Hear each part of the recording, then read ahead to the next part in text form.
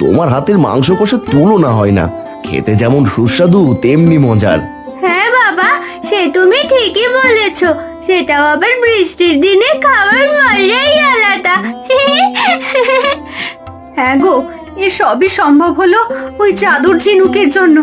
যদি এরকম ঝিনুক আমরা না পেতাম তাহলে এসব কিছুই হতো না। হ্যাঁ মা, তুমি ঠিকই বলেছ। এই জাদুর ঝিনুকে আমরা যখন যা চাই তখন তাই পেয়ে যাই। যাক গিন্নি, এখন আর আমাদের কষ্ট করতে হবে না।